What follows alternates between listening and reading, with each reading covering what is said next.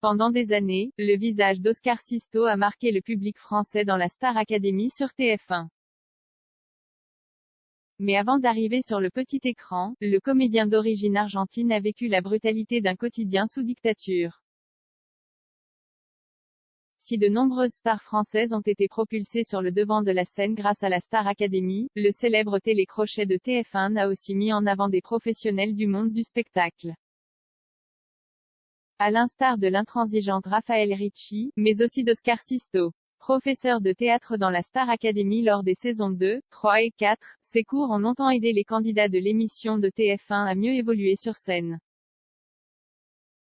Un professionnalisme salué par beaucoup. Mais en coulisses, Oscar Sisto a affronté de nombreuses bourrasques avant de trouver la paix et la sérénité.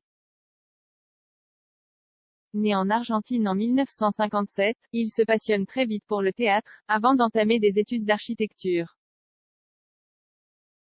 Mais la réalité politique de son pays d'origine le rattrape très vite, l'enfer de l'emprisonnement pour Oscar Sisto. Si Oscar Sisto a quitté l'Argentine à ses 20 ans, c'est pour fuir la dictature de Jorge Rafael Videla Redondo qui dirige alors le pays dans les années 70, après un coup d'état militaire et la destitution d'Isabel Martínez de Perón.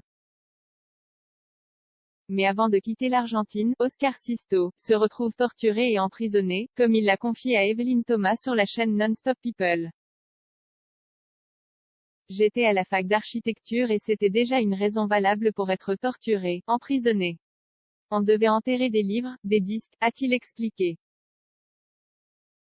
40 ans plus tard, Oscar Sisto, qui n'était âgé que de 18 ans, garde des souvenirs aussi précis que glaçants sur cet emprisonnement. J'ai été un peu secoué, j'ai du mal à le dire.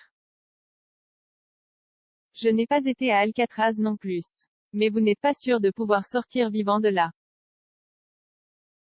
S'il n'est pas resté longtemps dans cette prison, et a eu la chance de s'en sortir vivant, l'ex-prof la Star Academy a mis des années à dire à ses parents qu'il avait été emprisonné, pour ne pas susciter de plus grandes souffrances. Heureusement, c'est en France qu'Oscar Sisto a trouvé l'asile, après être parvenu à contourner les contrôles de police et ainsi quitter l'Argentine. Toutefois, il n'a eu d'autre choix que de laisser sa famille derrière lui. Je ne les ai pas vus pendant 7 ans, se souvient-il, encore très ému.